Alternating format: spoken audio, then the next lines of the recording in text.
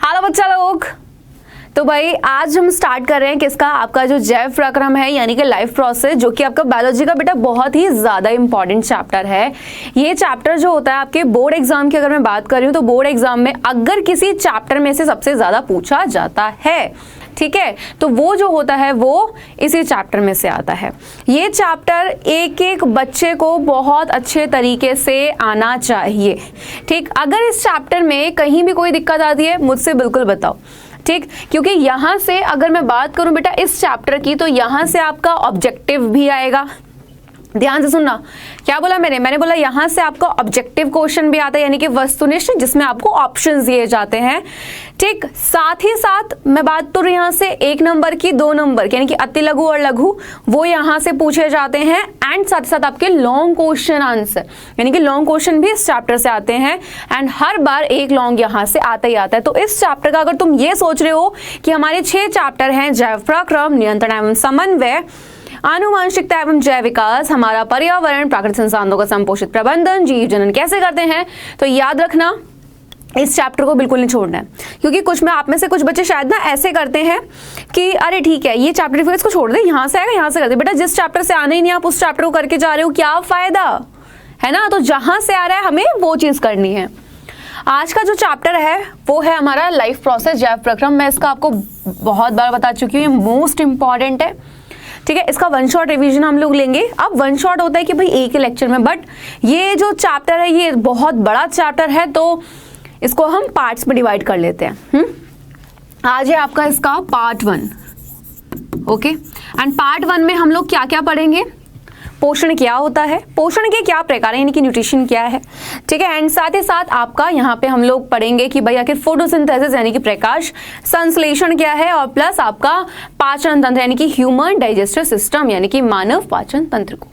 Clear है, ready, okay. चलो start करते हैं फिर, बहुत ध्यान से समझना, ठीक। एंड आप में से कुछ ऐसे होंगे जो ये भी बोलेंगे कि अरे मैम पढ़ रखा है, हम कितनी बार पढ़े। बेटा टॉपर बनना है, ये जो वर्ड है ना टॉपर, लाइक जब आप सोचते हो कि भाई मुझे टॉपर बनना है तो टॉपर ये नहीं कहता कि यार ये तो मैंने पढ़ रखा है। टॉपर कहता है कि भाई पढ़ना है। क्यों? क्योंकि भाई वो पूरे साल रिवाइज करेगा, उसने एक बार पढ़ा वो दोबारा ही पढ़ेगा, जब जब उसे मौका मिलता है वो पढ़ता है ना। तो यही फायदा होता है उसे बोर्ड एग्जाम में कि जब उसके सामने वो टॉपिक होता है या वो क्वेश्चन होता है तो वो उसको आसानी से लिख लेता है उसके आंसर को, उसे सोचना नहीं पड़ता, है ना। तो हम भी यही करेंगे। बढ़ते हैं आगे की तरफ। इस चैप्टर में सबसे पहले आपको ये पता है बेटा कि जैव प्रक्रम क्या होता है यानी कि लाइफ प्रोसेस। पता है किसी को क्या होता है जैव प्रक्रम यानी कि लाइफ प्रोसेस?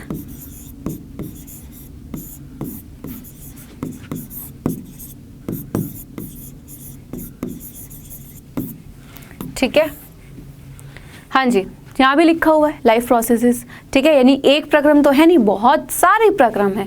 क्या है फिर ये जैव का मतलब पता है? अच्छा जैव का मतलब क्या होता है? देखो जैव का जो मतलब होता है बेटा बेसिकली सिंपल सा, बहुत सिंपल समझना। एक जीव है कोई, ठीक है, क्या है, एक जीव है, वो जिंदा भी है ना, जिंदा रहेगा भाई वो। अब उसे जिंदा रहने के लिए किन प्रोसेस की यानी कि ऐसे कौन से आपकी क्रियाएं हैं जो वो जीव करेगा।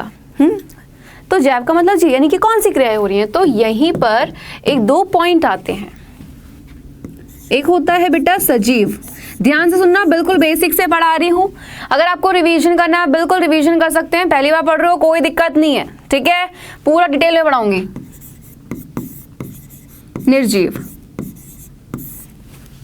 सजीव और निर्जीव क्या है ये दोनों? अगर मैं बात करूं, मैं पूछती हूँ ज्यादातर सबसे कि बेटा सजीव क्या होता है, तो बोलते हैं अरे मैम चल रहे हैं, दौड़ रहे हैं, उठ रहे बैठ रहे, यही तो सजीव है। तो मैंने कहा बेटा निर्जीव क्या होता है? कहते हैं कि मैम जैसे ये टेबल चेयर, उनका बस यही है और कुछ नहीं होता बॉडी में, बहुत सारी चीजें होती है, बहुत सारी क्रियाएं होती है यार, है ना। तो सजीव क्या है? सिर्फ ये चलना दौड़ना नहीं। मैंने बोला भाई एक किसी जानवर को ले लो तुम, वो क्या कर रहा है, वो एक जानवर सो रहा है, अब तुम किस बेसिस पे बोलोगे कि वो सजीव है या फिर वो निर्जीव है? बताओ किस बेसिस पे आप उसको बोलोगे जाके? सिंपल सी बात है ना, कि भाई कुछ तो ऐसी चीज उसमें स्पेशल है। अब वो सो रहा है, मैं उसको नहीं कह सकती, वो तो मूवमेंट नहीं करा, वो तो नहीं चला, फिर मैं क्यों कहूँ कि ये सजीव है? मुझे थोड़ी ना पता है। तो सजीव और निर्जीव जो हैं, इन दोनों के लिए है ना, कि भाई हम कैसे बताएंगे जीव सजीव और निर्जीव? तो वहीं पे कुछ विशेष प्रकार के प्रक्रम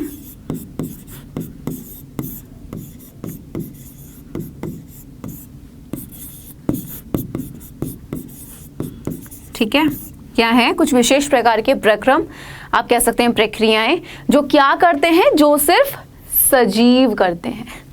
ओके, क्या करते हैं? जो सिर्फ सजीव करते हैं। अब यहीं पर आगे की बात करेंगे, ठीक है?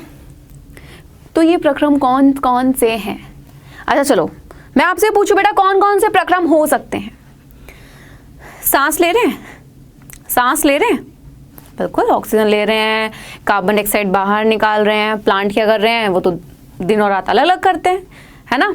तो दिन के समय क्या करेंगे? वो कार्बन डाइऑक्साइड को लेंगे, O2 को बाहर निकालेंगे। रात में वो किसको? रात में क्या करते हैं भाई? वो O2 को लेते हैं एंड CO2 को बाहर निकालते हैं।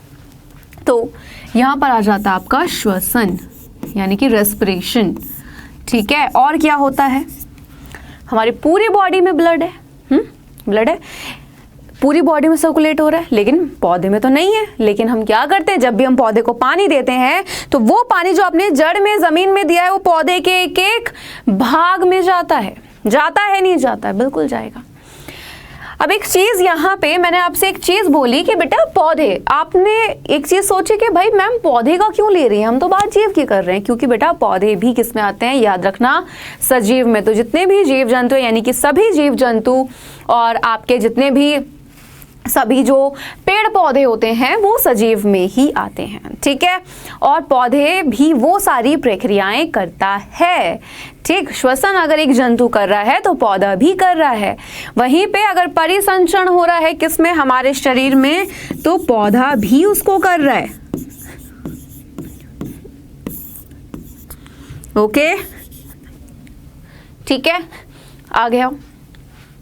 और क्या प्रोसेस होते हैं? सोचो हम इतने से थे, इतने बड़े होते चले गए, है ना? इतने से थे, इतने बड़े हो गए। एक छोटा सा प्लांट, वो भी इतना बड़ा हो गया।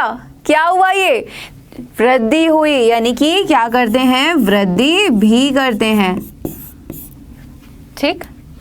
नेक्स्ट क्या होता है भाई? शरीर से बेकार पदार्थ, भाई कुछ ना कुछ वेस्ट मटेरियल होता है बॉडी में, जैसे पसीना निकल गया बाहर, ठीक है?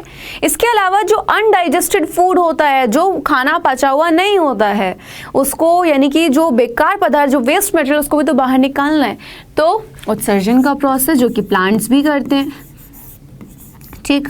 नेक्स्ट और क्या होता है? ऐसे और कौन से प्रोसेस है? तो बेटा बिल्कुल जनन, यानी कि रिप्रोडक्शन। लेकिन रिप्रोडक्शन आप, इसका अलग से चैप्टर वहां पे पढ़ेंगे, यहाँ पे आप इसको नहीं पढ़ेंगे, ठीक है?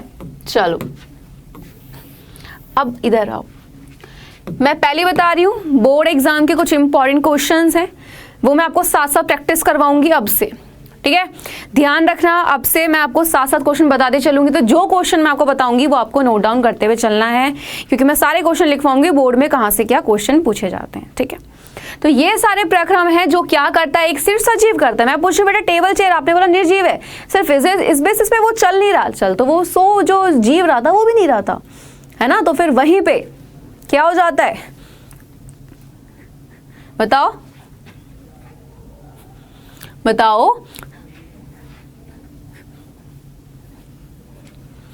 तो वही चीज, यानी कि बेटा ये करते हैं कुछ विशेष प्रक्रम की। टेबल क्या वो रिप्रोडक्शन करती है? नहीं करती, है ना?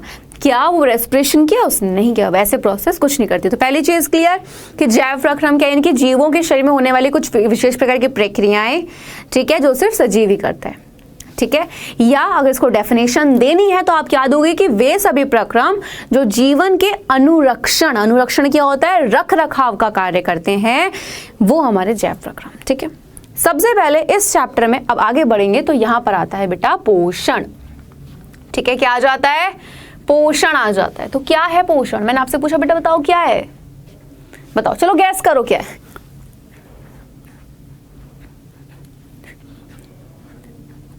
बताओ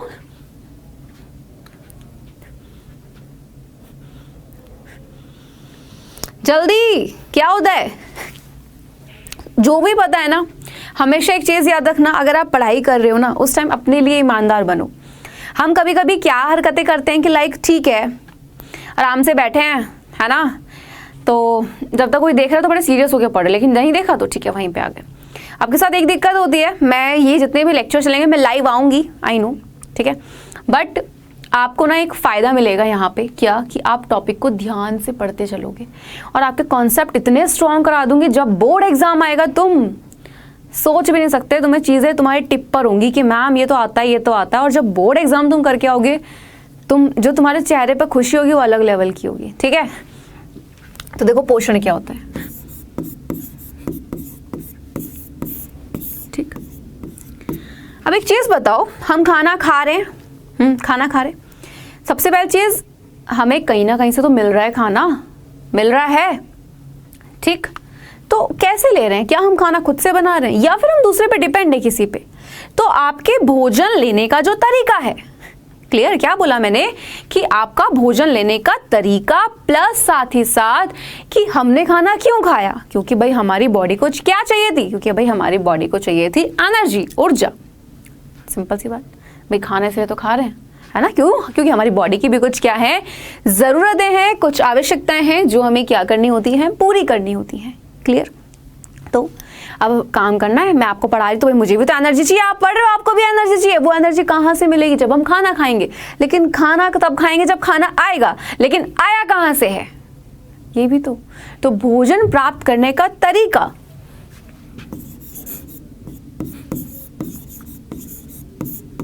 ध्यान से सुनो, कोई जल्दबाजी नहीं है भागने की, तसल्ली से पढ़ना है, ठीक है। भोजन प्राप्त करने का तरीका बोर्ड एग्जाम के क्वेश्चन में साथ साथ लिखवाऊंगी, मैं पहले बोल रही हूँ, ठीक है। ये मत सोचना कि बिल्कुल लास्ट में तो प्रैक्टिस होगी ही, बट ऐसे कुछ क्वेश्चंस होते हैं जो टॉपिक के मैं साथ साथ बताती चलूंगी, क्योंकि कोई ना कोई कभी कभी मिस हो जाता है, तो वो मिस ना हो तो टॉपिक के साथ बता चलूंगी कहाँ से क्या क्वेश्चन आता है, ठीक है। चलिए, और एंड आप उन सभी क्वेश्चन को नोट डाउन करेंगे और मुझे दिखाएंगे, ठीक है। तो भोजन प्राप्त करने का तरीका प्लस मैंने क्या बोला कि भाई हम खाना क्यों खा रहे हैं, क्योंकि हमें एनर्जी चाहिए, हमें क्या मिली, उससे ऊर्जा मिली, और इसी ऊर्जा का उपयोग हम करते हैं अपने दैनिक कार्यों में। जैसे मैं पढ़ा रही हूँ, मुझे एनर्जी की जरूरत है, मैंने खाया तभी तो मेरे अंदर एनर्जी है, तो इस ऊर्जा का क्या करते हैं हम उपयोग कर लेते हैं, बस यही पोषण है,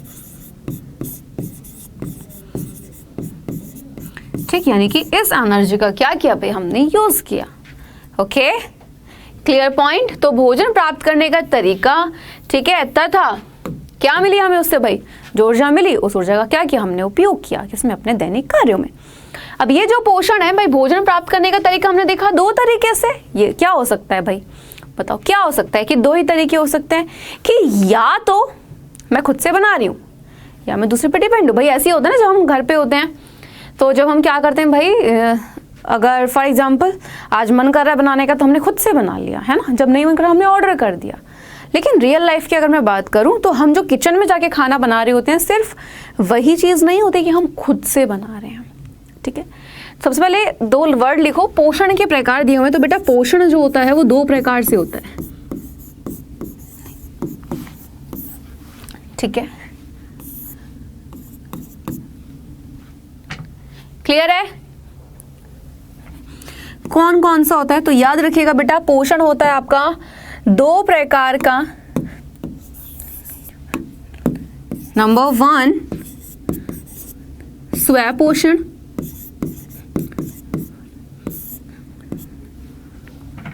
ठीक है। सेकंड नंबर पर बेटा आ जाता है आपका परपोषण।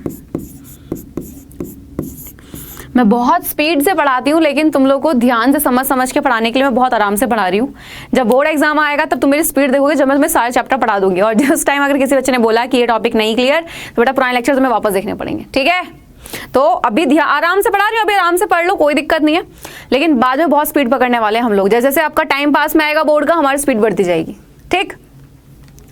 स्वयं पोषण और परपोषण। स्वयं पोषण कौन होते हैं, जो अपना भोजन स्वयं बनाते हैं, ठीक, जो अपना भोजन स्वयं बनाते हैं,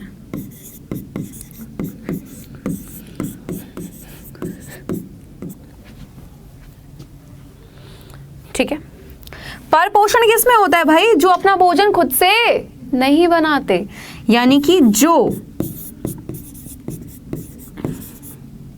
किसके लिए भाई? अपने पोषण के लिए आप कह सकते हो।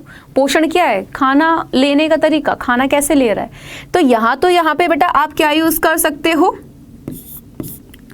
क्या यूज कर सकते हो? भोजन यूज कर सकते हो, आप पोषण यूज यहाँ पे वर्ड यूज कर सकते हो। ठीक है, तो जो अपने भोजन के लिए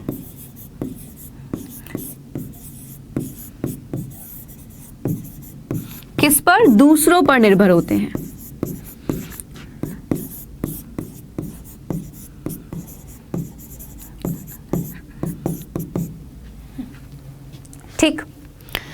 ठीक है भाई। अब यहां पे बात ये आती है बेटा कि जो हम दूसरों पर डिपेंड है और खुद से बना रहे, क्या फर्क है इसमें? तो बात है, हम लोग क्या अपना खाना खुद से बनाते हैं? नहीं बेटा, याद रखना कि हम लोग अपना खाना खुद से नहीं बनाते। जस्ट बिकॉज हम गए किचन में एंड हमने क्या करा भाई, ये आटा गूंथा, दाल रख दी, सब्जी बना दी, ये खुद से खाना बनाना नहीं होता है। वो कहते हैं कि हाँ भाई मैंने बनाया, ठीक है आपने बनाया, आई एग्री, बट अगर वो दाल नहीं होती, वो आटा नहीं होता, ठीक है, सब्जियां ना आई होती, तो आप खाना नहीं बना सकते। यानी कि हम भी डिपेंड हैं। हम किस पे डिपेंड हैं? हम डिपेंड हैं उस पेड़ पर, उस पौधे पर। ठीक है, किस पे डिपेंड है? उस पेड़ पर, उस पौधे पर, जहां से हमें सारे मसाले मिल रहे हैं, जहां से हमें सारी दालें मिल रही हैं। क्लियर? गेहूं कहां से मिलेगा भाई? जब तक फसल नहीं हो कहां से आ जाएगा? तो हम भी निर्भर हैं दूसरे पर। किस पे? अपने पेड़ पौधों पर। ठीक है, तो स्वयं पोषण फिर कौन कर रहा है? तो बिल्कुल बेटा स्वयं पोषण कर रहे हैं, याद रखिएगा, कौन? पेड़ पौधे।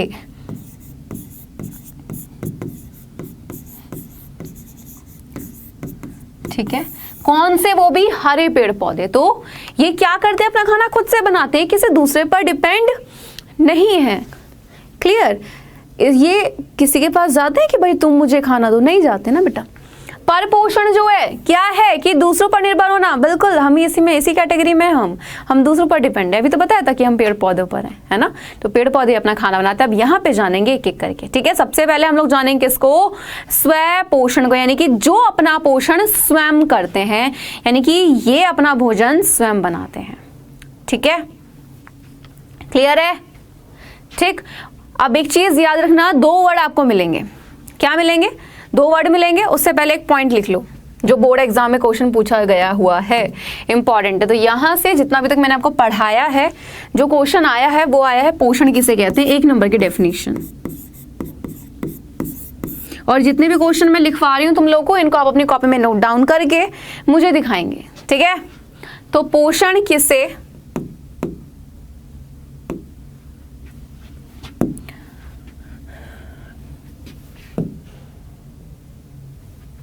चलिए लिखें।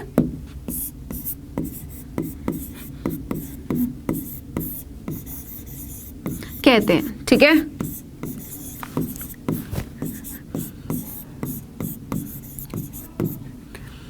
ये आ रहा था बेटा 1 नंबर की डेफिनेशन में, यानी कि परिभाषा में। ठीक है, तो आप इसको परिभाषा की फॉर्म में मुझे बस लिख कर दिखाओगे। बात करें थे हम स्वयं पोषण की। स्वयं पोषण कौन होते हैं गाइस? स्वयं पोषण कौन हो जाएगा? बताओ कौन होता है? अभी तो बताया, जो अपना खाना खुद से बना रहे हैं। तो ऐसे पोषण को आप क्या कहोगे? लाइन ध्यान सुने, मैंने बोला जो अपना खाना खुद से बना रहा है, ऐसा जो पोषण है वो क्या है? स्वयं पोषण। ठीक है, लेकिन जो जीव है उसको आप क्या बोलोगे? आपने पोषण के प्रकार देखे, स्वयं पोषण, परपोषण। स्वयं पोषण का मतलब क्या है? कि भाई जो अपना पोषण क्या कर रहा है? खुद से कर रहा है। तो पोषण जिसमें जो खुद से अपना कर रहे हैं वो स्वयं पोषण। लेकिन उस जीव को हम क्या बोलते हैं? उस जीव को बोला जाता है स्वयंपोषी, कि भाई ये अपना खाना खुद से बनाते हैं। ठीक है, तो सबसे पहला यहाँ पे जो क्वेश्चन आता है, याद रखना कि पहला क्वेश्चन आता है कि अधिकतर पेड़ पौधे कैसे होते हैं। तो याद रखना, ज्यादातर, सभी हम नहीं कहते, क्योंकि कुछ दूसरों पर भी डिपेंड होते हैं। बताऊंगी आगे कैसे। तो आप सभी वर्ड ही यूज करेंगे। ठीक है, आप क्या यूज करेंगे? आप यूज करेंगे अधिकतर। ठीक है, कि ज्यादातर पेड़ पौधे हमारे क्या करते हैं? स्वयं पोषण ही करते हैं। यानी कि क्या होता है? स्वयं पोषण। एक क्वेश्चन आता है कि अधिकतर पेड़ पौधे होते हैं कैसे? तो आप क्या बोलोगे? स्वयंपोषी। ठीक है, पोषण पूछेंगे तो आप बोलते ना भाई अधिकतर, वो पूछते हैं कि अधिकतर पेड़ पौधों में कैसा पोषण? स्वयं पोषण, सिंपल। ठीक है, चलिए यहां से क्वेश्चन ये भी आ सकता है कि भाई जो अपना खाना खुद से बनाते हैं ऐसे जीवों को क्या बोलते हैं? स्वयंपोषी जीव। ठीक, कौन करता है? तो यहां पे क्वेश्चन लिख लीजिए कि हरे पेड़ पौधों में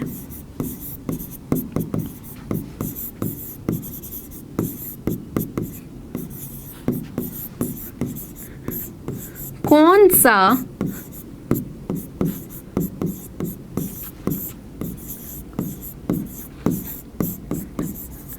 पोषण करते हैं। तो ये ऑब्जेक्टिव में भी आता है, और आपका अगर मैं बात करूं, देखो यूपी में और बिहार में ज़्यादातर ऑब्जेक्टिव जो क्वेश्चंस होते हैं वहाँ पे ये ऑब्जेक्टिव में आया हुआ है, बट एमपी छत्तीसगढ़ में ऑब्जेक्टिव के अलावा वहाँ पे matching, fill in the blanks ये सब भी होते हैं, तो वहाँ पर ये इन सब में भी आया हुआ है। तो आपको हर तरीके से क्वेश्चन का आंसर पता होना चाहिए, ठीक है। तो आप बिल्कुल क्या लिखेंगे, इसका आंसर क्या हो जाएगा, स्व पोषण, ठीक है। चलिए नेक्स्ट पर आए, नेक्स्ट आ जाइए। हाँ जी, तो हरे पेड़ पौधे कौन सा पोषण करते हैं, स्व पोषण हो गया। अब बात आई पौधे कर तो रहे हैं, लेकिन वो कौन सा प्रोसेस है फिर, तो याद रखना बेटा, हरे पेड़ पौधे जो होते हैं,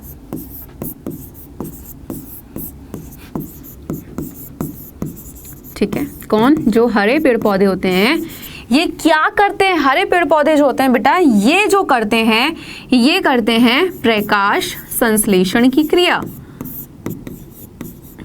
यानी कि फोटोसिंथेसिस,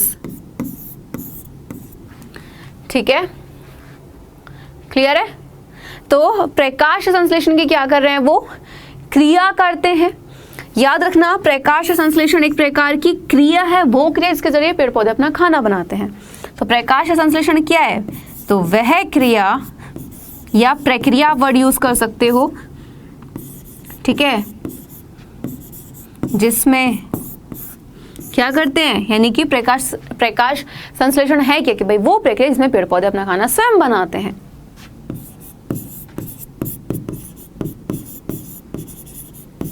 क्लियर, क्या कर रहे हैं, पेड़ पौधे अपना खाना, अपना भोजन स्वयं बनाते हैं। और याद रखना, किताबी रट्टू नहीं बनना है मेरी क्लास में स्पेशली, ठीक है। मेरी क्लास में ना नेट से आप कॉपी पेस्ट करके डेफिनेशन भेजोगे, ना ही किताब की लिखी हुई। हमेशा ट्राई करो, मैं हमेशा तुम लोग को यही बोलती हूँ, यार तुम बोर्ड के स्टूडेंट हो, तुम्हें नहीं पता बोर्ड में कौन सा क्वेश्चन फंस जाए, तब क्या करोगे, तब तो तुम पढ़ के नहीं गए। अब जिसको किताबी लैंग्वेज रटने की आदत होती है वो तो अटक जाएगा, लेकिन अगर तुम्हें खुद से आंसर लिखने आते हैं तो भाई चाहे वो पूरा पेपर बाहर से अपने तरीके से बना के दे, तुम छोड़ के नहीं आओगे। क्लियर है, क्लियर। तो हरे पेड़ पौधे क्या कर रहे हैं, प्रकाश संश्लेषण क्रिया। ये कौन सी क्रिया है, जिस क्रिया के जरिए पेड़ पौधे अपना खाना बनाते हैं। अब ये बनाते कैसे हैं, क्योंकि अगर मैं बात करूं हम लोग की, तो हम लोग भी भाई ये जानते हैं कि भाई हमें ये चीजें चाहिए होती हैं, भाई ये चीज हमें चाहिए, ये चीज, तो इनको क्या चाहिए, तो वो हम जानेंगे आगे जब मैं आपका प्रकाश संश्लेषण पढ़ाऊंगा। लेकिन अभी आपको ये जानना है कि हम क्या पढ़ रहे हैं अभी, पोषण। तो पोषण जाना, प्रकाश, स्व पोषण को आपने जान लिया यहाँ पे। अब बारी आई किसकी बेटा, परपोषण की। तो परपोषण क्या होता है कि ये इसमें कौन से जीव आते हैं, वो जीव जो दूसरों पर निर्भर होते हैं, किसके लिए, अपने पोषण के लिए, यानी कि जो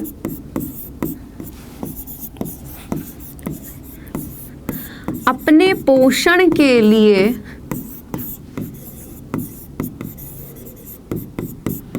किस पर, दूसरों पर निर्भर होते हैं,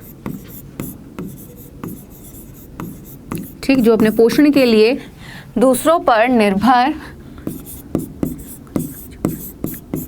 होते हैं, क्या कहलाया जाता है ऐसे पोषण, परपोषण। ऐसे जीव को क्या बोलते हैं बेटा, ऐसे जीव को हम लोग बोलते हैं क्या, परपोषी, ठीक है, क्या बोलते हैं बेटा, परपोषी।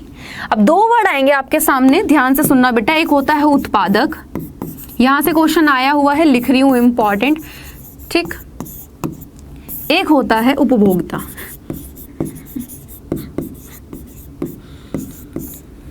ठीक है, एक होता है उत्पादक, एक होता है उपभोक्ता। अगर मैं पूछूं बेटा उत्पादक क्या है, यानी कि जो भोजन को उत्पाद कर रहे हैं, उत्पाद कौन कर रहा था, हरे पेड़ पौधे खुद से बना रहे थे। तो याद रखना, हरे पेड़ पौधे, यहां से क्वेश्चन आया हुआ 1 नंबर का, हरे पेड़ पौधे जो होते हैं, ठीक है, ये हमारे क्या कहलाए जाते हैं, उत्पादक कहलाए जाते हैं। एंड उपभोक्ता कौन है, देखो जो जीव थे, हमने क्या बोला कि भाई दूसरों पर निर्भर है, ऐसे जीवों को हम परपोषी जीव कह देते हैं, और उपभोक्ता वर्ड भी हम यहाँ पे यूज कर लेते हैं कि दूसरों पर निर्भर, ठीक, क्लियर। तो यहां से तुम्हारा क्वेश्चन आता है, ओके। अब अगर हम बात कर रहे हैं, इंपॉर्टेंट लिख दिया, नोट डाउन होने चाहिए यहां से, ठीक है।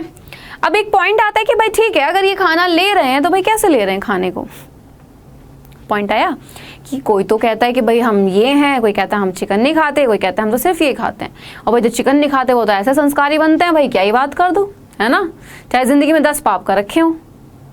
सच बोल रही हूँ। तो ध्यान से देखना, 3 वर्ड आएंगे, शाकाहारी, ठीक। तो भोजन के पसंद के आधार पर यहाँ पे जीवों को बांटा गया है। मांसाहारी और एक आ जाएगा सर्वाहारी, ठीक।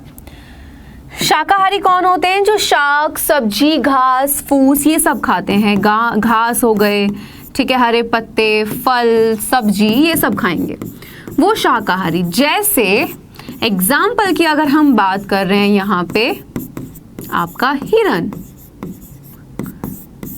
ठीक है, क्लियर। यहां से भी क्वेश्चन आ रहा है, सुन लो ध्यान से। मांसाहारी जो मांस वगैरह खाते हैं, जैसे शेर, चीता, ठीक। सर्वाहारी कौन होते हैं? ये घास फूस भी खाएंगे, मांसाहारी हैं, मांस भी खाएंगे, यानी कि दोनों खाते हैं। जैसे यहां पर आता है मनुष्य, और याद रखना मनुष्य जो होता है सर्वाहारी में आता है। कुछ के ना बड़े चोंचले होते हैं। क्या चोंचले होते हैं? अरे हम तो शाकाहारी हैं, हम तो प्योर वेजिटेरियन है। बेटा घास खाते हो तुम? ठीक है, तो है तो सभी इंसान, वो तो इंसानों ने बांट रखा है, ये वो है, ये वो है, वो तो इंसानों ने बांटा हुआ है ना, साइंस के उससे देखो। तो ये चोंचले तो चलेंगे ही नहीं। तो मनुष्य किस में आता है? मांसाहारी में। आप कितना भी गालो कि आप मांसाहारी नहीं हो, कितना भी गालो आप बेटा सर्वाहारी है मनुष्य, वो आपने बांटा, आप नहीं खाते, वो आप बोल सकते हो कि ठीक है मैं नहीं खाता, देन आप बोल सकते हो, ठीक है। लेकिन मनुष्य किस में आता है? सर्वाहारी में। मनुष्य ने ही बांटा है, क्योंकि है तो मनुष्य जाति, भाई कोई और जाति, कोई एलियन तो हो नहीं आप, है ना, कि जो भाई सिर्फ सब्जियां खाते हैं वो एलियन है, या फिर ये वो हो तो नहीं, हो तो मनुष्य जाति ना। तो मनुष्य क्या है? सर्वाहारी। यहां से क्वेश्चन 1 नंबर साथ साथ लिखते चले कि मनुष्य किसमें आता है? सर्वाहारी में। ओके, नेक्स्ट आ जाइए। नेक्स्ट यहाँ पर अब बात करें तो भोजन की पसंद के आधार पे बांटा था, ठीक है।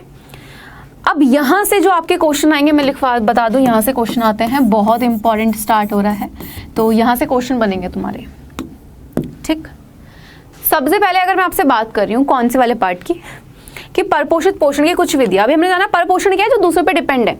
अब कुछ भोजन के पसंद के आधार पर ऐसे बांट दिया शाकाहारी, मांसाहारी, लेकिन इसकी भी कुछ विधियां हैं परपोषित पोषण के आधार पर। तो कौन कौन बांटा गया है? यहाँ पे आपके आ जाते हैं बेटा मृतोपजीवी। तो परपोषित पोषण के आधार पर इनको बांटा गया है। पहला मृतोपजीवी, सेकंड हो जाता है परजीवी, एंड नंबर 3 पर आ जाता है आपका प्राणी सम, या इसको पूर्ण जैवीय भी कहते हैं, या इसको पूर्ण जांत्विक भी कहा जाता है, ठीक है, क्लियर है। मृतोपजीवी कौन होते हैं? जो मरे सड़े गले इन सब से अपना भोजन लेते हैं। क्या करते हैं? जो मरे सड़े गले इन सब से अपना भोजन लेते हैं। जैसे कौन कौन? जीवाणु और कवक, ठीक है। जैसे कौन कौन हो गया? जीवाणु और कवक। और याद रखिएगा इसके जितने भी आपको एग्जाम्पल मैं कराऊंगी, एग्जाम्पल भाई सारे के सारे ही इंपॉर्टेंट हैं, ठीक है। तो भाई इनके उदाहरण बोर्ड एग्जाम में पूछे जाते हैं, क्लियर, उदाहरण पूछे जाते हैं। एंड सेकेंड चीज, परजीवी कौन होते हैं? मैंने बोला बेटा एक जिंदा जीव है, दूसरा भी जिंदा है, ये इससे अपना पोषण लेगा लेकिन इसको मारेगा नहीं, ठीक है। तो एक जीव जो दूसरे जीव पर डिपेंड होता है, लेकिन होते जिंदा है, लेकिन मारेगा नहीं जान से उसको। तो यहां पे कौन आता है? जैसे अमरबेल, ठीक है बेटा, जैसे आपका अमरबेल हो गया, जैसे आपका क्या हो गया यहाँ पर? जोंक हो गया। बेटा जोंक खून चूसता लेकिन कभी मारता नहीं है, बेचारे को बदनाम किया हुआ है ना, ठीक है। मुन्नी तो वैसे बाद में बदनाम हुई होगी, जोंक पहले बदनाम हुई थी, ठीक, ठीक है। तो ये जोंक क्या करती है? जान से नहीं मारती है भाई, ये क्लियर, ये खून चूस के अपना पोषण कर रही है। आई समझ? चलो नेक्स्ट, प्राणी जैव, आपका प्राणी सम हम कह सकते हैं पूर्ण जैव या फिर पूर्ण जांत्विक। तो ये क्या है? पूर्ण जैवीय या पूर्ण यांत्रिक। तो इसमें एक बात बताओ, हम लोग क्या करते, सबसे पहले हम लोग खाने को खाएंगे, उसको चबाएंगे, फिर डाइजेस्ट करेंगे, यानी खाएंगे पूरा डाइजेस्ट हो गया, ठीक है। तो हमने क्या किया, पहले खाने को खाया फिर डाइजेस्ट किया, यानी कि पाचन किया। तो ऐसा जो पोषण होता है इसमें पहले को खाना खाया जाता है, यानी कि अंतर ग्रहण किया जाता है और फिर उसको बेटा पाचित किया जाता है। ऐसा जो पोषण होता है वो हमारा पोषण कहलाया जाता है पूर्ण जैवीय, पूर्ण यांत्रिक, या इसको हम प्राणी सम भी कह देते हैं। और इसका जो एग्जाम्पल है जो पूछे जाते हैं एग्जाम में, ठीक है, वो आ जाता है आपका कौन कौन सा गाइज, यहाँ पर आपका मनुष्य और एक अमीबा, ठीक है, इनमें ये पोषण होता है। तो इसके एग्जाम्पल इंपॉर्टेंट है। इसके अलावा एक जो क्वेश्चन बोर्ड एग्जाम में पूछा जाता है वो ये पूछा जाता है, ठीक है, बोर्ड का क्वेश्चन लिखती चल रही हूं। मृतोपजीवी व परजीवी पोषण में क्या अंतर है?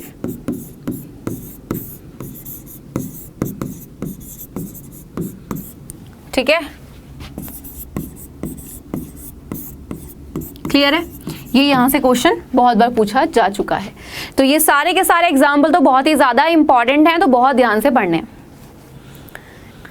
ओके, चलो अब नेक्स्ट आपका हमने जाना है पौधों में पोषण, क्योंकि भाई हमने पोषण जाना, पोषण के प्रकार जाने, स्वयं पोषण का जाना, पर पोषण को। अब ये तो जान ले कि हमने ये तो जाना कि भाई पौधे क्या कर रहे हैं, कि भाई पौधे जो हैं वो अपना खाना खुद से बना रहे हैं। कौन सी क्रिया करके? प्रकाश संश्लेषण के। मैंने बोला ये वो क्रिया अपने पौधा अपना खाना अपना खुद से बनाते हैं।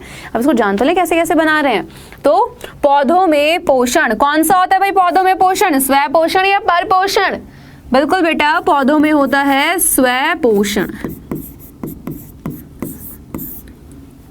ठीक है। सेकंड चीज, कौन सी क्रिया करके अपना भोजन बनाते हैं? बिल्कुल प्रकाश संश्लेषण की क्रिया करके। और ये वो क्रिया है जिसके जरिए पेड़ पौधे अपना खाना खुद से बनाते हैं। और प्लस एक पॉइंट यहां पर ये भी है, क्या पॉइंट है वो? पॉइंट ये है कि इसकी डेफिनेशन क्या है, इसके लिए नाम क्या है? प्रकाश संश्लेषण। संश्लेषण मतलब होता है कुछ निर्माण करना, प्रकाश मतलब लाइट है, कुछ तो संबंध होगा तभी प्रकाश है।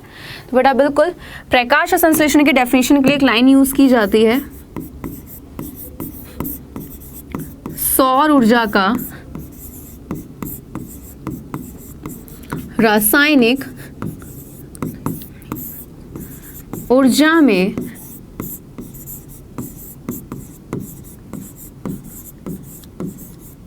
परिवर्तन। ये लाइन यूज कर जाती है कि सौर ऊर्जा का रासायनिक ऊर्जा में परिवर्तन। क्यों? क्योंकि भाई प्रकाश आपकी संश्लेषण क्रिया क्या है कि जिसमें सूर्य का प्रकाश चाहिए। बेटा याद रखना, ठीक है, कि जो पौधा होता है वो किसी के पास खाना मांगने नहीं जाएगा, सामान मांगने नहीं जाएगा कि भाई मुझे खाना सामान दे दो, ये दे दो, कि भाई मुझे अपना क्या करना है खाना बनाना। नहीं, वो प्रकृति में जो चीजें हैं उन्हीं को लेगा और अपना खाना बना लेगा। ठीक है बेटा, तो ध्यान से। अब ये जो प्रकाश संश्लेषण क्रिया पौधा करेगा तो उसके लिए क्या क्या चीजें चाहिए? तो सिंपल सी बात, नंबर 1 सूर्य का प्रकाश चाहिए। सेकेंड चीज जो चाहिए बेटा हमें वो चाहिए क्लोरोफिल। क्लियर? जिसको हम बोलते हैं पर्णहरित। नंबर 3 पे जो हमें चाहिए वो चाहिए हमें क्या बेटा? CO2 यानी कि कार्बन डाइऑक्साइड। एंड नंबर 4 पर जो हमें चाहिए वो चाहिए जल यानी कि H2O। क्लियर है? क्लियर?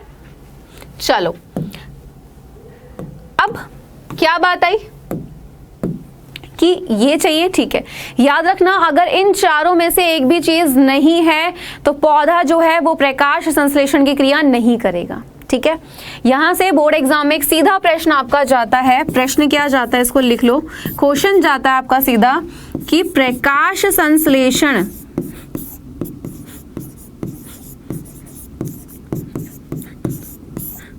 ठीक है, प्रकाश संश्लेषण की क्रिया का, ठीक है, या आप वर्ड यूज करेंगे यहाँ पे क्रियाविधि, पूरा ही लिख लो क्योंकि वो पूरा पूछते हैं इसको। ठीक है, क्रियाविधि का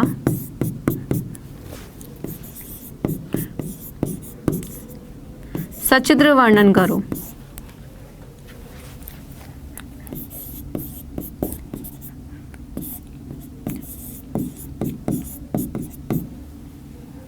क्लियर है? ठीक है।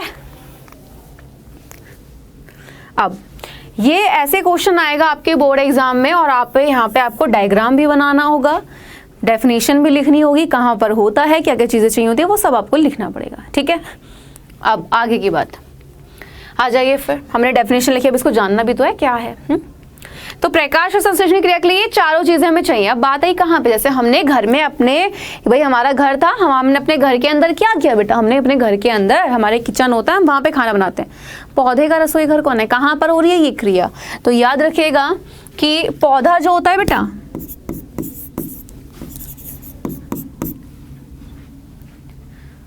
क्लियर?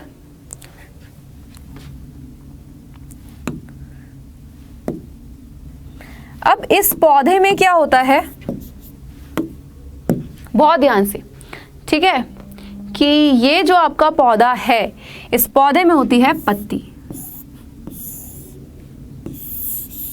ये रही, ठीक है, हरे रंग का होता है, बट रेड कलर से बना के दिखा रही हूँ क्योंकि हरा से लिखूंगी तो तुम्हें दिखेगा ही नहीं। ठीक है, ये क्या है बेटा, पत्ती। तो याद रखना, सबसे पहला लॉन्ग क्वेश्चन, तो यहाँ से ये वाला क्वेश्चन लॉन्ग में भी डाल देते हैं, शॉर्ट में बहुत ज्यादा आता है। ये ज्यादातर मैं बात करूँ ये शॉर्ट में आता है, लॉन्ग में कभी कभी इसको डालते हैं।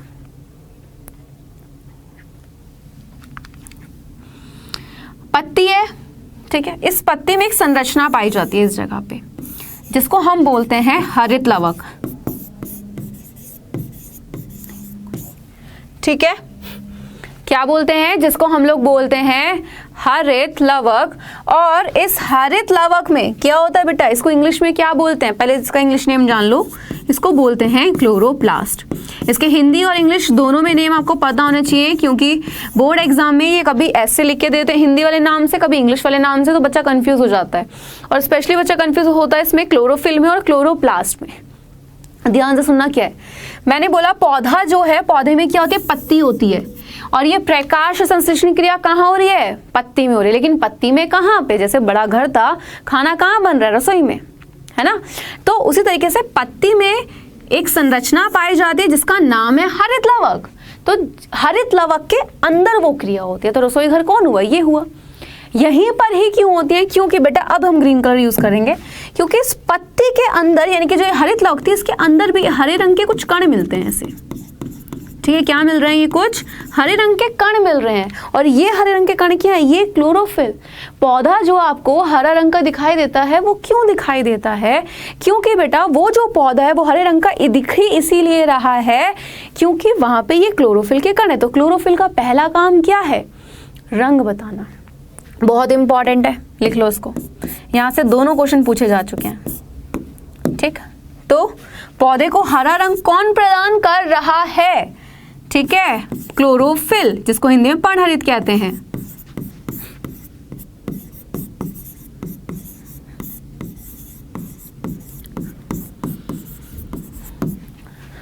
ओके, अब तो क्लोरोप्लास्ट समझ आया। पौधे में पत्ती, पत्ती में क्या, एक संरचना, उसका नाम हरित लवक यानी क्लोरोप्लास्ट, उसके अंदर हरे रंग के कण जो क्या करे, पौधे को हरा रंग दे रहा है। और यहाँ पे प्रकाश और संश्लेषण क्रिया इसी वजह से हो रही है क्योंकि यहाँ पे क्लोरोफिल मिल रहा है, और अगर यही नहीं होगा तो यहाँ पे भी क्रिया नहीं होगी। ठीक है, अब होता कैसे है, क्रिया विधि क्या है इसकी, तो वो जानेंगे। ठीक है, एक बार लेकिन इसकी संरचना देख लो। ये हरित लवक कुछ इस तरीके से दिखता है। ठीक है, पत्ती में इस तरीके से संरचना पाई जाती है। अब ये तो हमारा पौधा था, ठीक है, ये रही पत्ती, ये जड़ है। डायग्राम बनाना होता है इसका, एग्जाम में आता है बनाने के लिए, तो उसके डायग्राम की प्रैक्टिस अभी से स्टार्ट कर देना। सूर्य से प्रकाश आए बेटा, किस रूप में, मैंने क्या लिखवाया कि प्रकाश संश्लेषण क्रिया कौन सी क्रिया है, आपका सौर ऊर्जा का रासायनिक ऊर्जा में परिवर्तन। ये लाइन सबको आनी चाहिए, 1 नंबर दिलाती है अगर एग्जाम में लिखा है, सीधा 1 नंबर दिला देगी सीधा। ठीक है, चलिए, तो यहाँ पर आए हम लोग, है ना, इधर सूर्य से क्या आया, प्रकाश, लेकिन प्रकाश आया किस रूप में बेटा, सौर ऊर्जा के रूप में। ठीक, सौर ऊर्जा के रूप में प्रकाश आया, लेकिन है क्या भैया, सूर्य भगवान, सूर्य। ठीक है, अब आगे ये पत्ती है, पत्ती में एक संरचना है हरित लवक। ये जितने नाम लिखे हैं सारे एग्जाम में लिखे होने चाहिए। ठीक है, ये आपकी है जड़, पौधे को मैंने दे दिया क्या, पानी। यानी कि H2O, वातावरण से उसे क्या मिल गई? CO2 यानी कि कार्बन डाइऑक्साइड। इसके अंदर क्या है? हरे रंग के कण, जल्दी से नाम बताओ फटाफट से। क्लोरोफिल,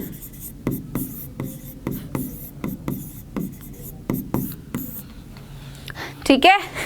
तो सबसे पहले होता क्या, देखो 4 चीज हो गई, सूर्य का प्रकाश हो गया, जल हो गया, कार्बन डाइऑक्साइड, क्लोरोफिल। अब यहाँ पे बिल्कुल हो जाएगी प्रकाश संश्लेषण क्रिया कैसे होगी। तो सबसे पहले सूर्य का प्रकाश आया बेटा कहाँ पे? इस क्लोरोफिल के कण पर। इस क्लोरोफिल ने पहला तो काम ये किया कि पौधे को हरा रंग दिया। दूसरा काम किया, ये लाइन देखी थी आपने, लिखा था सौर ऊर्जा का रासायनिक। तो बेटा ये सौर ऊर्जा को रासायनिक ऊर्जा में कौन परिवर्तित करता है?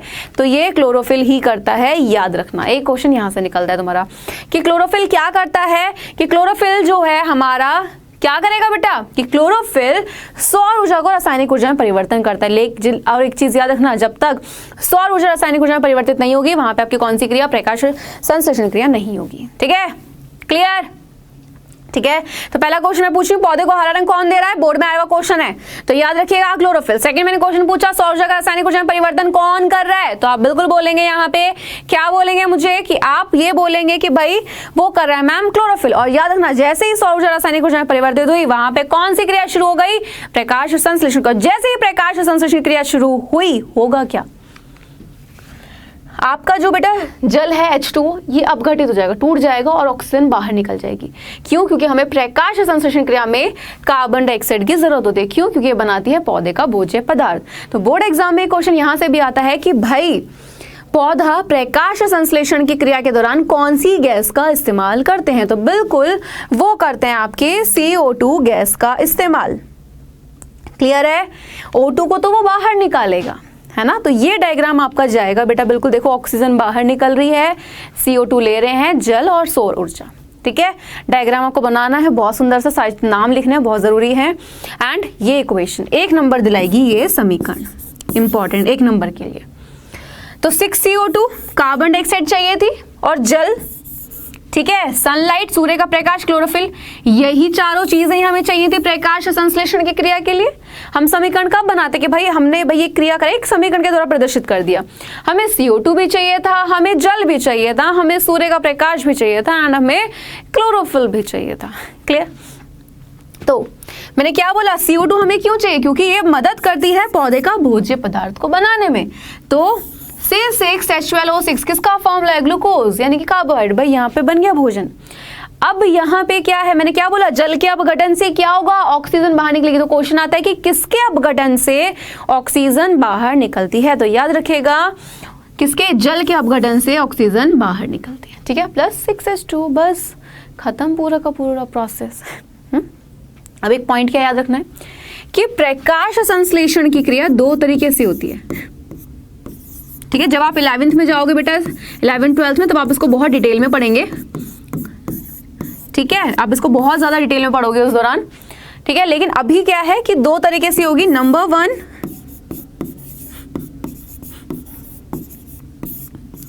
प्रकाशीय अभिक्रिया, एंड नंबर 2, अप्रकाशीय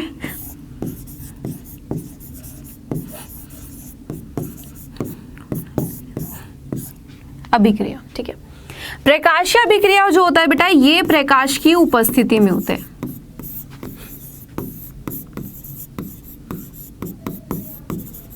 ठीक, लेकिन जो अप्रकाशीय अभिक्रिया होती है बेटा, यहां पे हमें किसकी? प्रकाश की जरूरत नहीं होती। ओके, अब एक पॉइंट है कि भाई मैम ये कहाँ क्या दोनों की जगह पे? तो याद रखना, मैंने आपको अभी बताया था कि हरित लवक है, कहाँ है? पौधे की पत्ती में।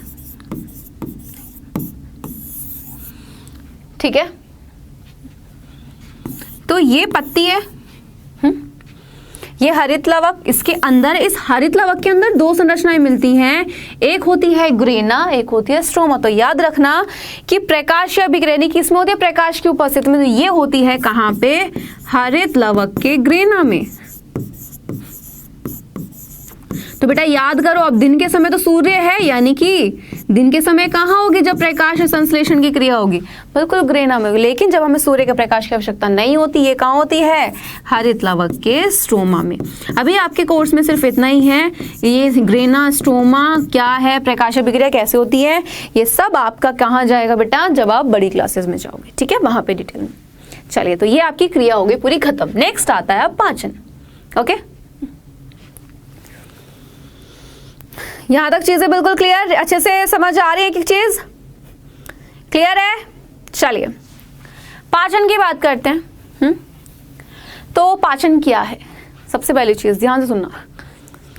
अभी हमने पढ़ा, मैंने बोला 3 टॉपिक पढ़ाऊंगी, पोषण, पोषण के प्रकार, ठीक है, जान लिया अच्छे से।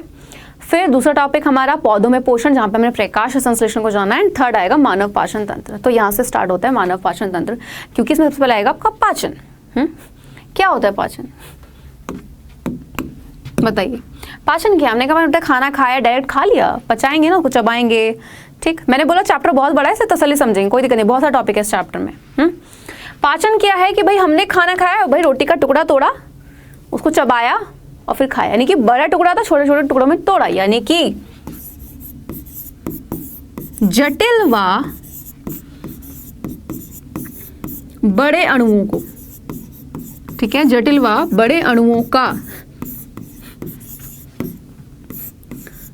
सरल व छोटे टुकड़ों में बदलना क्या कहलाया जाता है, पाचन। लेकिन कौन बदल रहा है, तो बेटा बहुत सारी क्रियाएं होती हैं, बहुत सारे एंजाइम मदद करते हैं। तो भोजन के जटिल व बड़े अणुओं का सरल व छोटे अणुओं में बदलना विभिन्न एंजाइमों की सहायता से, ठीक है। तो ये जो क्रिया हुई हमारा क्या कहलाया जाता है, पाचन कहलाया जाता है। अब ये डायग्राम की प्रैक्टिस हर एक को कर लेनी है। आप में से बहुत सारे बच्चों के सवाल होते हैं कि मैम डायग्राम की प्रैक्टिस कैसे करें, ठीक है। मैं बोलती हूँ बेटा हाथ से तो करोगे प्रैक्टिस, है। अब जब तक तुम खुद से उसको बनाकर नहीं देखोगे तो कैसे आएगा। सिर्फ ये बोलने से काम नहीं चलता कि मैम बता दो, है ना, सिखा दो। आप बेटा नर्सरी के बच्चे थोड़ी ना तुम्हें हाथ पकड़ के सिखाऊंगी, आओ बेटा ऐसे लाइन खींचो। खुद से डायग्राम तुम्हारे सामने है, कॉपी लेके बैठ जाओ, जैसे से बन रहा बना कर देखो। पहली बार में नहीं बनेगा, दूसरी नहीं बनेगा, तीसरी नहीं, चौथे नहीं, पांचवें नहीं, छठी बार में कुछ तो बनेगा। तो वही चीज तुम लोगों को ध्यान देनी है। ओके, तो ये डायग्राम की प्रैक्टिस आप सब करोगे। जितने नाम यहाँ लिखे हैं वो सब नाम तुम्हें अच्छे से बहुत पता होने चाहिए, ठीक है। और डायग्राम बनाना सिखाऊंगी मैं आपको कि कैसे इजी तरीके, लेकिन अभी प्रैक्टिस जब तक तुम खुद से नहीं करोगे तब तक कुछ नहीं होगा। डायग्राम मांगता है सिर्फ प्रैक्टिस, और अगर तुमने प्रैक्टिस नहीं करी तो कुछ नहीं है, ठीक है। तो पाचन पता लग गया। मानव पाचन तंत्र क्या है, तो भाई हम यहाँ पे एक वर्ड पढ़ते हैं आहार नली,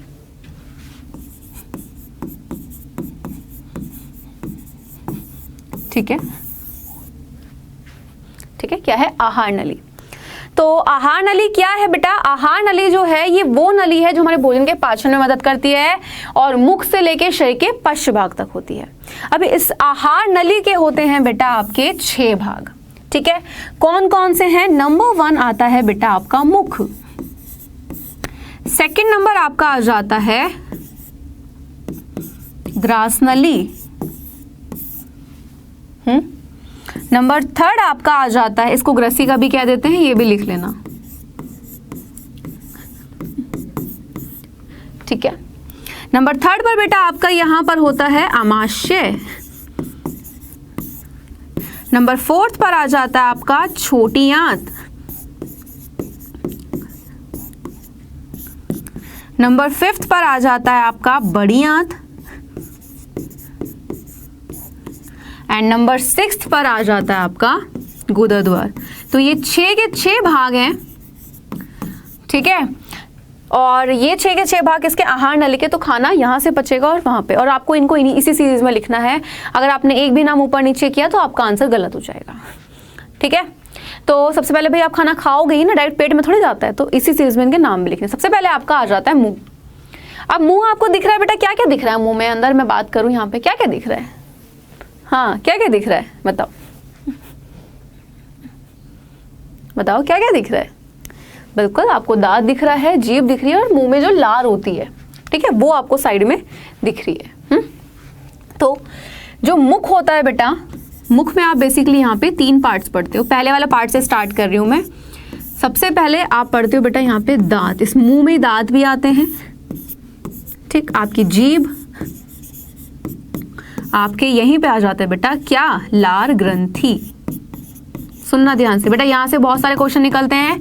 मानव पाचन तंत्र को लॉन्ग क्वेश्चन की तरह तो तैयार करना ही करना है। यहाँ से कि धातु का काम क्या है, धातु का सूत्र क्या है, जीभ से किसका पता लग रहा है, लाल ग्रंथि की संख्या कितनी है, क्या काम है इसका, ये सब यहाँ से क्वेश्चन आते हैं, ठीक है। अब यहाँ से क्या करिए, क्वेश्चन बताना नहीं बताऊंगी, क्यों, क्योंकि यहाँ से जितने भी क्वेश्चन आएंगे उनका मैं तुम्हारा एक अलग से आपका टेस्ट लूंगी, ठीक है। तो टॉपिक आप ध्यान समझेंगे, जो बोर्ड के क्वेश्चन होंगे उसका मैं आपको अलग से टेस्ट लूंगी, डोंट वरी, ठीक है।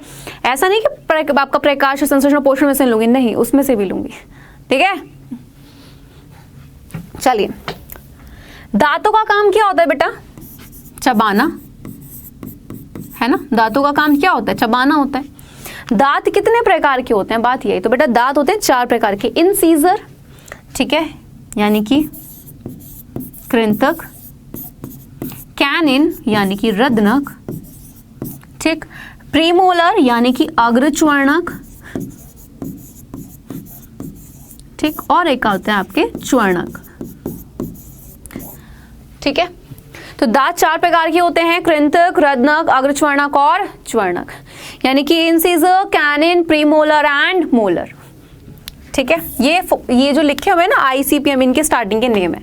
अब ये क्या है, तो बेटा हमारा जबड़ा है, देखो ध्यान देखो, ऊपर वाला जबड़ा है और नीचे वाला जबड़ा है ना, ऊपर वाला जबड़ा है और नीचे वाला जबड़ा। तो आधे दांतों की संख्या कहाँ होती है, तो टोटल कितने दांत होते हैं, टोटल जो दांत होते हैं बेटा वो होते हैं 32, जिसमें 16 ऊपर होते हैं, 16 नीचे होते हैं। तो दंत सूत्र क्या होता है, दंत सूत्र आपका हो जाता है, ठीक है, ऊपरी जबड़े में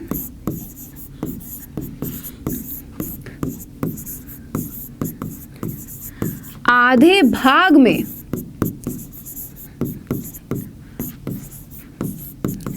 ठीक है उपस्थित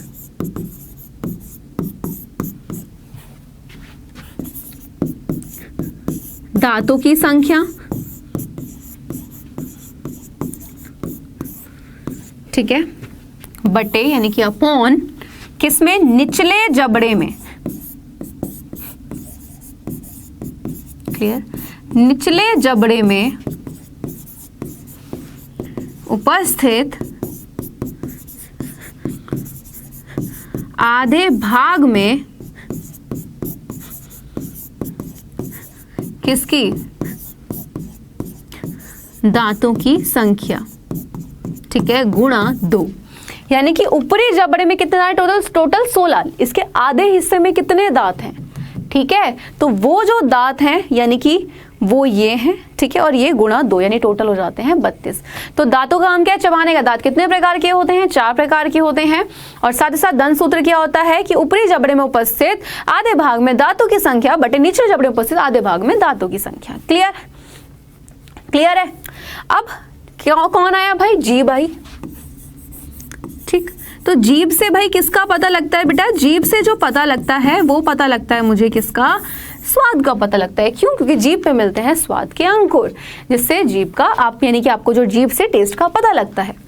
तो जीभ का जो आगे वाला हिस्सा होता है, इस वाले हिस्से से बेटा हमें पता लगता है कि हमने जो भी खाया है वो कैसा है, मीठा है। इस वाले हिस्से से जो भी हमने खाया है वो कैसा है, नमकीन है। हरे वाले से सौर यानी कि जो खाया वो खट्टा है। बिटर यानी कि कड़वा, आपने देखा होगा अक्सर जब हम दवाइयां खाते हैं तो हमारा गला कड़वा, बोलते हैं कि गला कड़वा हो गया, तो वहां से पता क्यों लगा है, क्योंकि भाई कड़वेपन का पता ही वहां से लगता है, ठीक है। अब नेक्स्ट आ जाते हैं आपकी लार ग्रंथि, ठीक है। लार ग्रंथि क्या करती है बेटा, लार ग्रंथि करती है लार का श्रावण। लार को आम भाषा में हम बोलते हैं थूक, ठीक है। और इस लार में पाया जाता है एक एंजाइम, एग्जाम में आता है ये, ठीक है, जिसका नाम है टॉयलिन एंजाइम, और ये एंजाइम एग्जाम में पूछा जाता है। और लार ग्रंथियों की जो संख्या होती है, ध्यान से सुनना, वो होती है कितनी, आपकी 3 जोड़ी। ये भी क्वेश्चन एग्जाम में पूछा गया है। तो कौन कौन सी होती है, पैरोटिड, सबलिंगुअल और सब मैंडिबुलर। तो ये 3 जोड़ी जो होती हैं लाल ग्रंथियां होती हैं, इनके नाम नहीं पूछे जाते हैं, ठीक है। तो लाल ग्रंथि का जो श्रावण है, ओके, तो लाल ग्रंथि का यानी कि भाई लाल ग्रंथि क्या कर रही है, लाल का श्रावण कर रही है। लाल में कौन सा एंजाइम, टॉलिन एंजाइम। लाल ग्रंथि की संख्या कितनी है, 3 जोड़ी, 1 2 3, 3 क्वेश्चन यहां से निकल रहे हैं, ठीक है, 1 नंबर के। अब ये चीज क्लियर होगी, मुंह में तो दांत थे, जीभ थी, लाल दांत का काम चबाना, दांत के प्रकारजन, जीभ का काम टेस्ट का पता लगाना और भोजन को साथ निगलने में मदद करना। लाल ग्रंथि क्योंकि लाल का श्रावण करने भोजन को चिपचिपा बनाती है जिससे उसको आसानी से निगला जा सकता है, ठीक है। और याद रखना हमारे भोजन का जो पाचन होता है वो मुख से ही शुरू हो जाता है, ठीक। नेक्स्ट आ जाता है बेटा आपका कौन सा वाला, नेक्स्ट आ जाता है आपका ग्रास नली, सेकंड।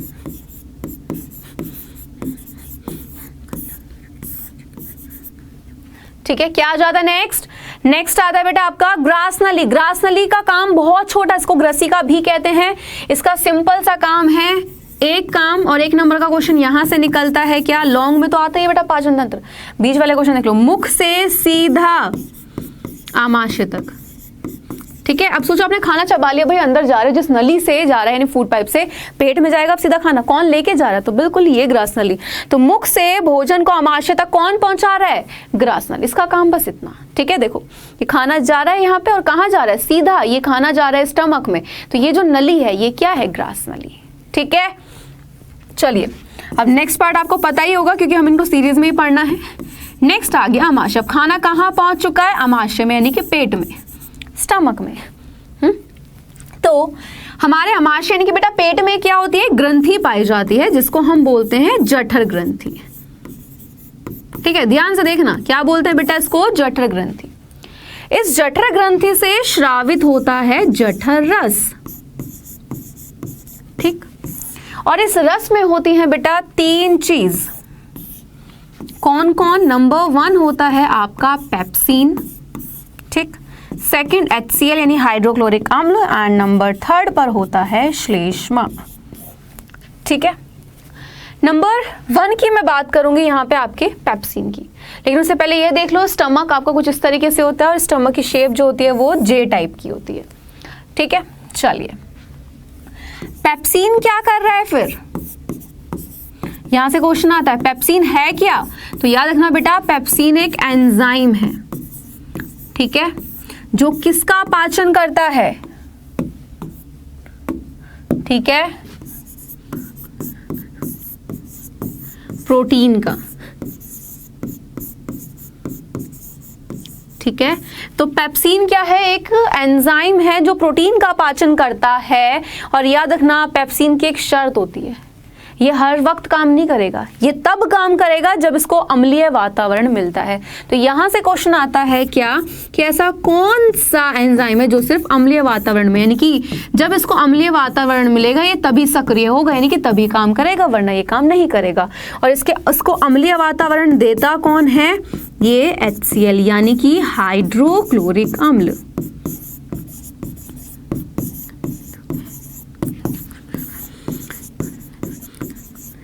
ठीक है।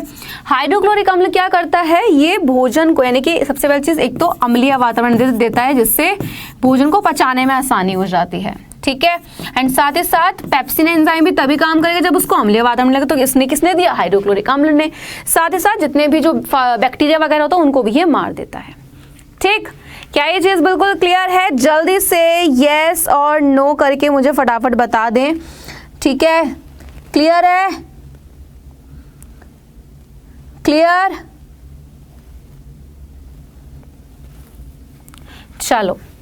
अब जैसे कि हम सबको पता है कि भाई अम्ल है, एसिड है, तो पीएच कितनी होती होगी, तो याद रखना पीएच बेटा इसकी 1.5 से लेके आपकी 3.5 तक इसकी पीएच रहती है, ठीक है। अब नेक्स्ट आया बेटा यहाँ पे लास्ट वाला जो वर्ड है श्लेष्मा, आप देख रहे हो ये स्टमक है, चीजें हैं भाई, नॉर्मल तेजाब को हाथ लगाओ जल सकता है भाई हाथ पूरा, है ना। तो अब तुम्हारी बॉडी में तो बेटा आप देख रहे हो ये जो किनारे दिख रहे हैं, ये वाले किनारे, ये किनारे, तो इनको इस एसिड से बचाने के लिए कौन रक्षा करता है, ये हमारा जो यहाँ पे आपका श्लेष्मा है, ठीक है। तो नंबर 3 पर श्लेष्मा, ठीक है। श्लेष्मा क्या करता है, जिसको इसको एक चीज और लिख लो, इसको म्यूकस भी कहते हैं। ये क्या काम करता है कि बेटा ये श्लेष्मा जो है हमारा, जो आमाशय जो है, स्टमक जो है, इसके आंतरिक स्तर की जो अंदर वाला जो ये स्तर है, ये वाला, इसको बचाता है एसिड से, ठीक है। और आमाशय का काम यहाँ खत्म। अब आमाशय से सीधा जो खाना जा रहा है वो जा रहा है छोटी आंत में, ठीक है। तो नेक्स्ट आता है आपका छोटी आंत। क्लियर। और छोटी आंत जो है इसके भी 3 भाग होते हैं। नंबर 1 होता है ड्यूडीनम, ठीक है। सेकंड नंबर पर आ जाता है आपका जिजुनम, और नंबर 3 पर आपका आ जाता है इलियम, ठीक है। ड्यूडीनम में ही यहीं पर आपका आता है यकृत और अग्नाशय। क्लियर। यकृत और अग्नाशय। जब यहाँ पे खाना पच जाता है छोटी आंत के, तो आमाशय से जो खाना आता है वो पहले इसमें आएगा, नहीं क्या, छोटी आंत के ड्यूडीनम वाले भाग में, यहाँ से जिजुनम, यहाँ से फिर इलियम, और ड्यूडीनम में भी यकृत और अग्नाशय होते हैं, ठीक है। तो जब यहाँ खाना पच जाएगा फिर जिजुनम में जाएगा, जिजुनम से फिर इलियम में, और फिर इलियम से सीधा बड़ी आंत में, ठीक है।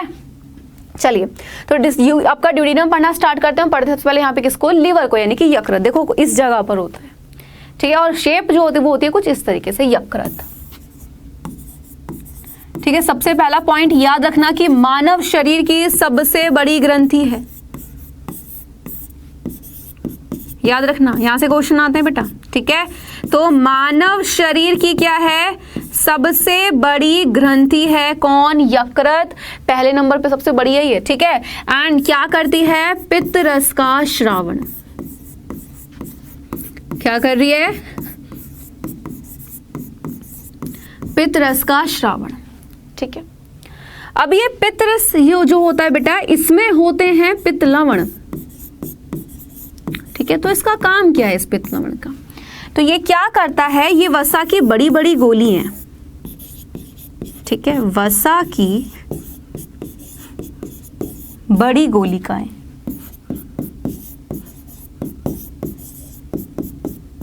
ठीक है। इनको क्या कर देता है, इन छोटी छोटी गोलिकाओं में तोड़ता है,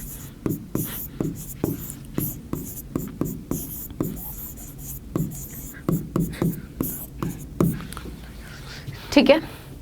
ध्यान से देखो, तो यकृत क्या है, मानव शरीर की सबसे बड़ी ग्रंथि है, और क्या कर रहा है, पित्तरस का श्रावण। और इस पित्तरस में क्या होते हैं, पित्तलवण होते हैं, जो वसा की बड़ी गोलिकाओं को छोटी छोटी गोलिकाओं में तोड़ता है। भाई सोचो, फैट क्या है, वसा, क्यों उसको छोटी छोटी गोलिकाओं में तोड़ा, क्योंकि बेटा जो एंजाइम है जो भोजन को पचाने में हेल्प कर रहे हैं वो डायरेक्ट इन बड़ी गोलिकाओं पर काम नहीं कर सकते, तो पहले इनको तोड़ा गया, अब इस पे आसानी से काम कर पाएंगे। तो याद रखना, वसा की बड़ी गोलिकाएं जब छोटी गोलिकाओं में टूटती हैं तो इस छोटी वसा को हम क्या बोलते हैं, इमल्सीकृत वसा, ओके। और ये जो क्रिया हुई है इस क्रिया को हम बोलते हैं इमल्सीकरण, ठीक है। क्या बोलते हैं इस क्रिया को हम, इमल्सीकरण की क्रिया, ओके। अब रस है भाई कहीं ना कहीं तो इकट्ठा होता होगा, तो याद रखिएगा बेटा, ये क्वेश्चन भी आपको पता होना चाहिए, ठीक है। पित्ताशय में पित्तरस इकट्ठा होता है, ना कि यहाँ पे बना कौन रहा है, यकृत श्रावित कर रहे हैं, लेकिन ये पित्तरस जो इकट्ठा है वो कहां पर हो रहा है, पित्ताशय में। तो पित्ताशय में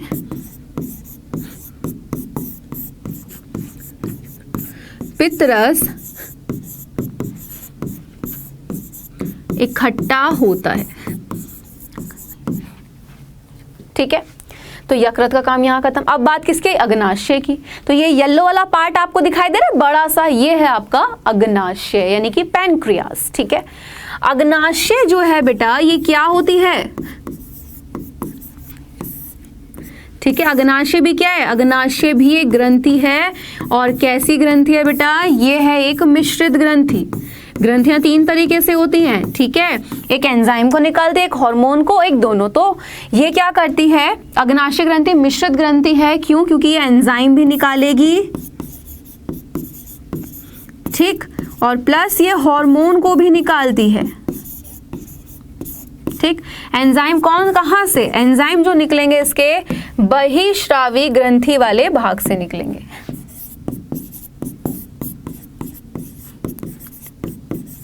ठीक है, तो बहिश्रावी ग्रंथि वाला भाग जो होता है बेटा, यानी कि जो बहिश्रावी ग्रंथि होती है वो किसको निकालते हैं, एंजाइम को, जबकि अंतःश्रावी ग्रंथि जो होती है वो किसको निकालती हैं, हार्मोन को। तो हमारी तो अग्नाशय जो ग्रंथि है वो तो मिश्रित ग्रंथि है, तो ये एंजाइम को भी निकालेगी, हार्मोन को भी निकालेगी, तो इसके अंतःश्रावी ग्रंथि वाला जो भाग है उससे हार्मोन निकलेगा।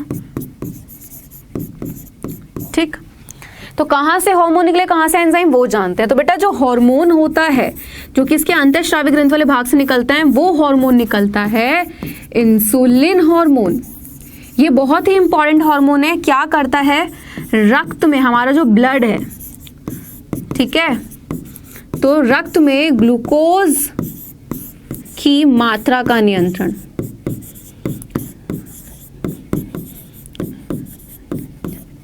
की मात्रा का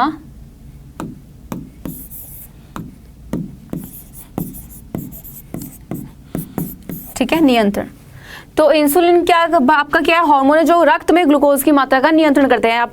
ठीक है, आप यानी कि ग्लूकोज की मात्रा का नियंत्रण कर रहे हैं। आपने देखा है कि भाई किसी किसी को प्रॉब्लम होती है क्या, कि वो बोलता है कि भाई उसको डायबिटीज है। ठीक है, तो इंसुलिन हार्मोन की कमी के कारण, ठीक है, इंसुलिन हार्मोन की कमी के कारण कौन सा रोग होता है बेटा, बिल्कुल मधुमेह है। ठीक है, मधुमेह हम इसको हिंदी में कहते हैं, इसको डायबिटीज भी कहा जाता है, इसी को हम शुगर भी कह देते हैं। ओके है, इसी को हम शुगर भी कहते हैं। तो इंसुलिन क्या कर रहा है, रक्त में ग्लूकोज की मात्रा का नियंत्रण, यानी कि शर्करा की मात्रा का नियंत्रण। ठीक है, तो अगर यही हार्मोन कम स्रावित होता है तो शुगर हो जाती है। क्यों, क्योंकि उनके ब्लड में शुगर बहुत ज्यादा हो जाती है, बढ़ने लगता है। क्यों, क्योंकि ये हार्मोन कम स्रावित हो रहा है। ठीक है, अब बात आई किसकी बेटा, एंजाइम की है। लेकिन उससे जानने से पहले देख लो कि देखो ये हमारी बॉडी में कुछ इस तरीके से होते हैं। ये रहा आपका लिवर यानी कि यकृत, ये रहा देखो ये लिवर है यानी कि यकृत, ये आपका पैनक्रियाज यानी कि अग्नाशय ग्रंथि। ठीक है, इस तरीके से होते हैं। अब बात आई बेटा किसकी, यहाँ पे अब बात आई आपकी अग्नाशय ग्रंथि से जो एंजाइम निकल रहे हैं। ठीक है, अग्नाशय से तो कौन कौन से एंजाइम होते हैं बेटा, 3 एंजाइम होते हैं। नंबर 1 एमाइलेज, ठीक है, सेकंड नंबर पर आ जाता है बेटा यहां पे ट्रिप्सिन,